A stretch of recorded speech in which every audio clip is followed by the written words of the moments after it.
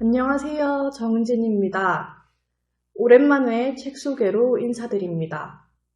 성도 여러분은 혹시 어떤 SNS를 이용하시나요?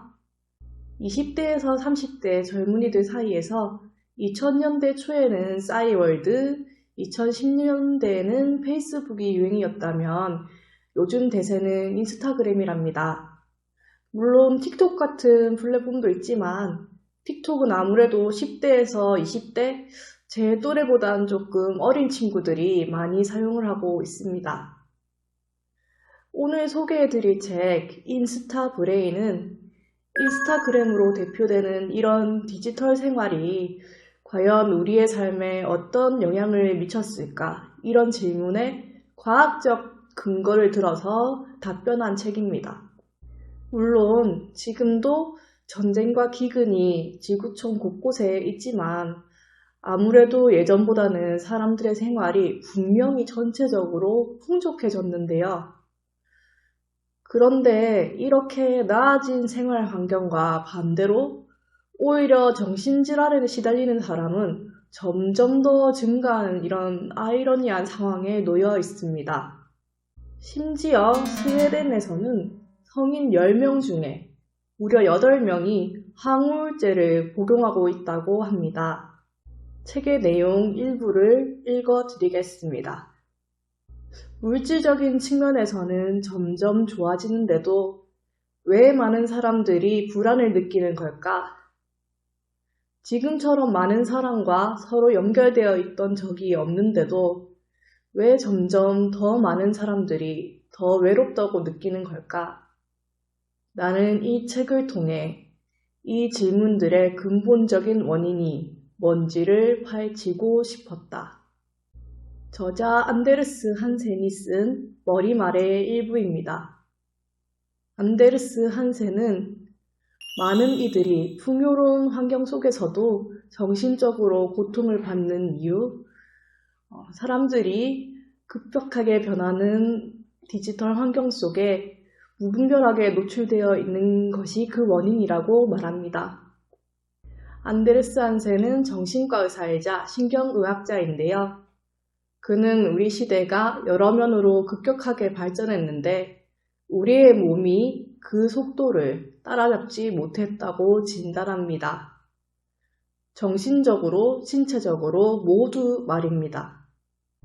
우선 이 분은 신앙인이 아니기 때문에 많은 부분을 진화론적 관점에서 설명하시는데요. 책을 읽기 전에 이것을 감안하시고 책을 읽으시면 더 좋을 것 같습니다.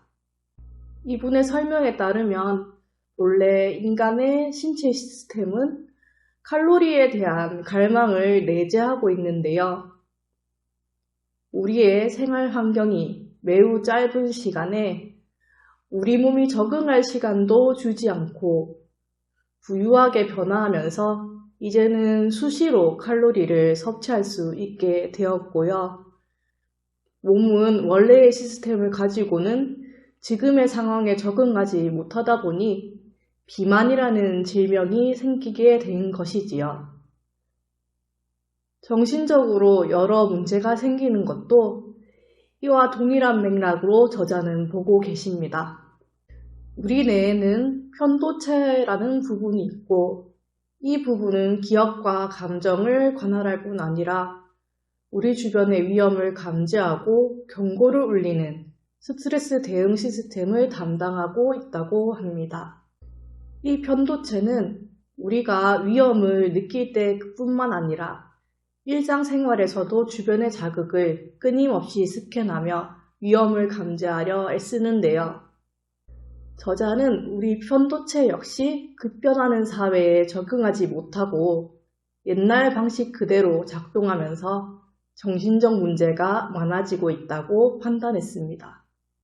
사실 툭하면 뭐 하나 사냥하다가 죽고 또 작은 병에도 걸려서 죽던 옛날에 비하면 지금 우리 세대는 엄청 많이 안전한데도 편도체는 동일하게 경고 시스템을 작동하면서 조그마한 상황에도 위험하다고 느끼고 불안을 만들어내고 결국 우울증에 걸리도록 만드는 것입니다. 이 책의 본문 일부를 읽어드리겠습니다. 만약 뇌가 오늘날의 세계에 완벽하게 적응했더라면 정기적인 스트레스는 지금의 세계에 좀 더 잘 대응할 수 있도록 우리를 이끌어 주었을 것이다. 그런데 뇌는 이러한 논리를 무시하고 도망치라는 신호를 보내는 것이다. 뇌가 오늘날의 세계에 맞춰 발달하지 못한 것이다. 그는 우울한 건 내 잘못이 아니야. 내 뇌는 지금 내가 사는 곳과는 다른 세계에 맞춰져 있는 활동을 하고 있을 뿐이야 라고 다르게 생각해 볼 것을 권합니다. 또한 그는 우리가 디지털 매체를 활용할 때도 뇌의 특성을 이해하고 접근해야 한다고 말합니다. 우리 뇌의 호르몬 중에 도파민이라는 호르몬이 있습니다. 인터넷에서 도파민을 검색하시면 기분을 좋게 만드는 보상물질로 해석해 놓은 곳이 많은데 저자는 도파민을 우리가 어디에 집중해야 할지 선택하게 만드는 우리 행동의 엔진으로 정의합니다. 그의 말에 따르면 우리 뇌는 오래전부터 생존을 위해 더 새로운 것을 높게 평가하도록 시스템화되어 있다고 합니다. 이전 시대에는 이렇게 새로운 것을 먼저 찾아내는 사람이 살아남기 유리했으니까요.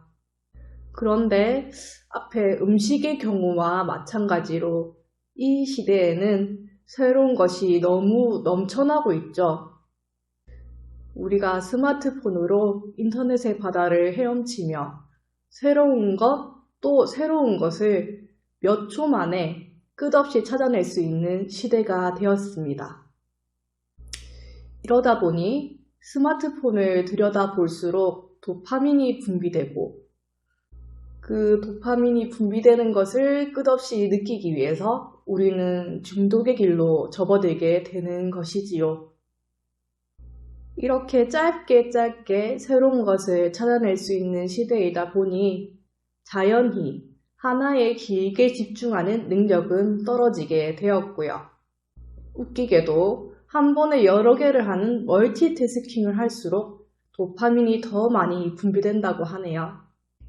이것도 척박한 과거의 환경에서는 생존하기 위해서 여러 개를 한 번에 하는 멀티태스킹이 매우 큰 도움이 되었겠지만 한 번에 여러 개를 할 필요 없이 길게 집중할 수 있는 환경이 충분히 조성된 오늘날과 같은 상황에서도 똑같이 동작을 하니까 문제가 되는 것입니다.